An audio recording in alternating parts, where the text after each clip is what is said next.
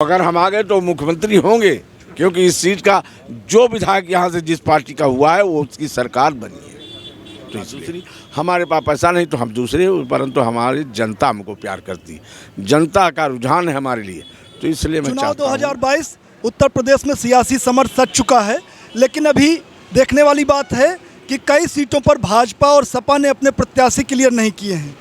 आज हम सरोजिनी नगर विधानसभा क्षेत्र जो लखनऊ का है, 170 सरोजिनी नगर विधानसभा क्षेत्र के सपा से प्रबल दावेदार शारदा प्रताप शुक्ला जी से बात करेंगे, जो सरोजिनी नगर से निर्दलीय अपनी राजनीति की शुरुआत करी थी और उसके बाद कई बार विधायक रहे, मंत्री रहे, अखिलेश सरकार में उच्च शिक्षा मंत्री रहे।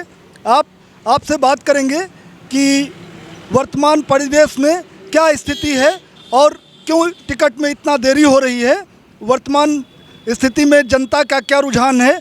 आप अपना डोर डोर जनसंपर्क कर रहे हैं तो जनता से क्या रुझान आ रहा है, बात करेंगे उच्च शिक्षा मंत्री रहे शारदा प्रताप शुक्ला से।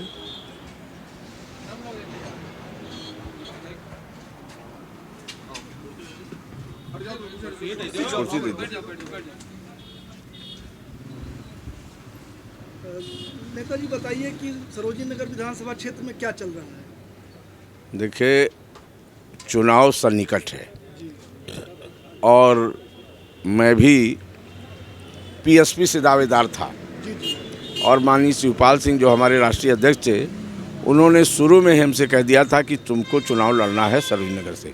तो मैंने तिखार करके कहा था कि मुझको, तो उन्होंने कहा हाँ आपको। फिर उन्होंने क्षेत्र में पता लगाया जो और कैंडिडेट से, जैसे Ram Singh Yadav, Hiralal degree college PG college के प्रबंधक और कुछ लोग, हरिशंकर यादव, मंडल प्रभारी उन्नाव, इन लोगों से पूछा तो इन सब ने कह दिया कि शारदा शुक्ला के अलावा कोई चुनाव नहीं जीत सकता, वही जीत सकते हैं। रही पैसे की बात तो हम लोग मदद करेंगे उनको, वो चुनाव जीत जाएँ, उन्हीं को लड़ाइए। तो मैं कैंडिडेट था पीएसपी का। अब चूँकि हमारी पार्टी राष्ट्रीय अध्यक्ष ने परिवार की एकता के लिए, चूँकि हर जगह जहाँ जहाँ रथ गया, जहाँ जहाँ हम लोग गए, तो जनता की डिमांड थी कि अखिलेश और शिवपाल जी एक हो जाएं। तो उन्होंने इकट्ठा हो गए, गठबंधन किया और उस गठबंधन में मैं उम्मीदवार हूँ, मैं भी, और 4-5 उम्मीदवार वहाँ भी हैं, मैं भी हूँ। परंतु सबसे बेहतर स्थिति हमारी है, मेरा नाम तैर रहा है जनता के बीच में और सारा नौजवान मुझसे चाहता है कि मैं चुनाव हर हालत में लड़ूं। तो मैं आज सपा से मुझे बुलाया भी गया है। माननीय अखिलेश जी ने मुझको बुलाया भी था, शिवपाल जी ने मुझसे कहा कि आपको बुला रहे, आप चले जाइए। मैं चला गया, अपना बात करने के बाद तो उन्होंने कहा जब आपको लखनऊ की बात होगी तो मैं आपको बुलाऊँगा। तो मैं आज जाऊँगा, क्योंकि प्रभारी जी ने हमसे कहा कि शाम को आपको आना है, हम कहा हम आ जाएंगे। तो आज ये चूँकि मैं जब 85 में निर्दलीय जीता था, हमारा टिकट नेताजी ने काट दिया था, हीरालाल जी को टिकट दिया था। तो उसके बाद मैं 89 में जनता दल से आ गया, तब जीता। वहाँ भी मुझे 10 दिन धरना देना पड़ा था मोहनलालगंज तहसील पर, थाने पर, कि एक पासी की लड़की, एक पांडे दरोगा उसको उठा ले गया था। तो मैं 10 दिन थाने पर बैठा रहा। जब बीपी सिंह जी आए तो मैं उठा और उस दरोगा की गिरफ्तारी हुई। और 2012 में नेताजी ने मुझसे कहा कि आप ये सीट जीत के दीजिए।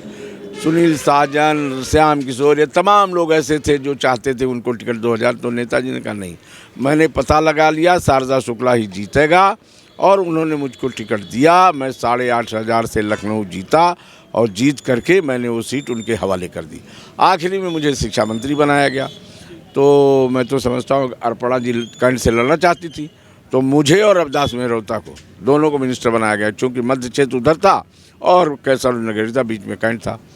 तो हम लोग थे, परंतु अब परिस्थितियाँ बदल गई, सारी की सारी चीज़ें निश्चित। तो जो कैंडिडेट हैं यहाँ, उनके बारे में पता लगा लीजिए। सारे लोगों के, सारे व्यवसायी हैं, सारे प्रॉपर्टी डीलर हैं, उनका राजनीति से दूर दूर तक कोई संबंध नहीं। अब पैसा है वो बात दूसरी, हमारे पास पैसा नहीं तो हम दूसरे, परंतु हमारी जनता हमको प्यार करती, जनता का रुझान है हमारे लिए।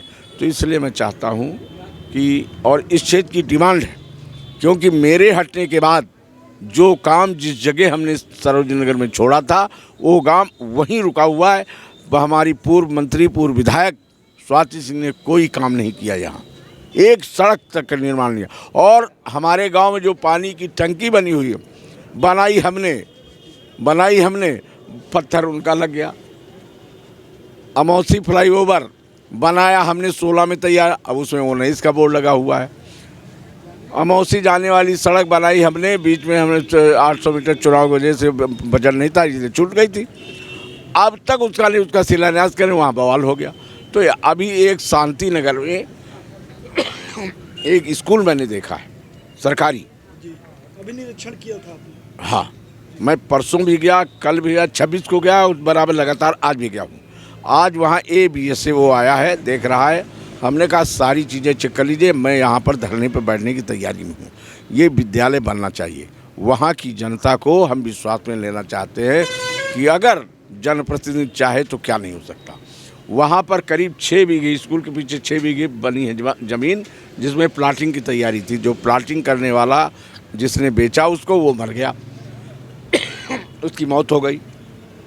हमने लोगों से कहा कि ये जगह हम पता करेंगे और अगर ये जगह सरकारी है और वो सरकारी है, ग्राम समाज की है, तो उसमें हम गर्ल्स डिग्री कॉलेज की घोषणा कर रहे हैं।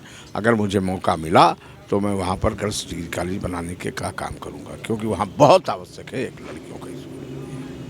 प्रमुख विकास कार्य आपके क्या हैं जो आप कई बार मंत्री रहे, जिनको आपने किया है, और वर्तमान में जब आप क्षेत्र में दौरा कर रहे हैं तो कौन से ऐसे काम हैं जो बहुत ज़रूरी हैं जो पूर्व की सरकारों में नहीं हुई? देखिए, Harauni railway station, railway line का जो कानपुर लखनऊ रेलवे लाइन है, उस पर फ्लाईओवर बनना चाहिए। और वो सड़क हमारे ज़माने में 4 लाइन सैंक्शन हुई, बनी मोहन और बनी मोहन लालगंज, आज तक नहीं बनी, उस पर एक मिट्टी नहीं पड़ी।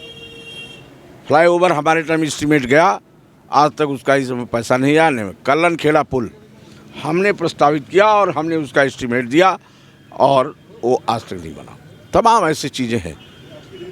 और राजकीय डिग्री कॉलेज जो हमने दिया, उस बिल्डिंग को 10 करोड़ में बनना चाहिए था, परंतु हमारे टाइम में काम शुरू हुआ।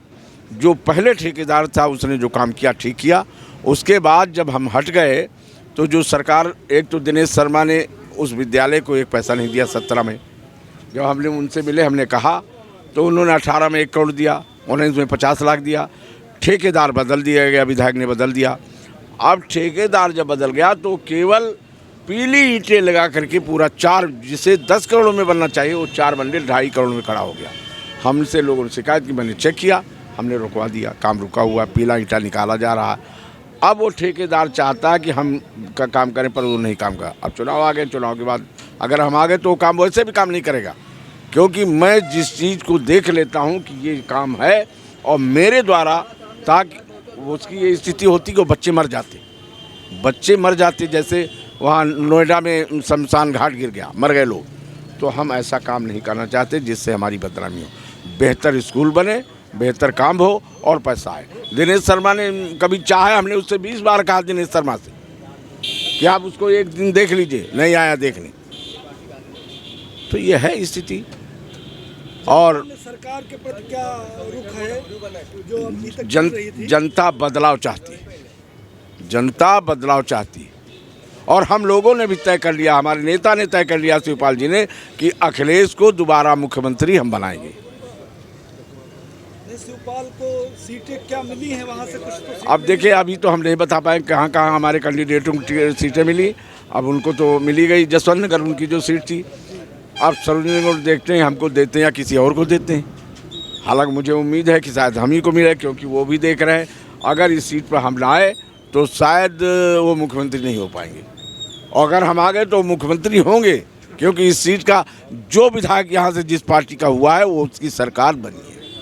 तो इसलिए आप थे शिवपाल के वरिष्ठ सहयोगी शारदा प्रताप शुक्ला जी, जिनका कहना है कि मुझे सपा से टिकट मिलना चाहिए, क्योंकि अगर सपा से टिकट मुझे मिलता है तभी यहाँ से सपा की सरकार बनेगी।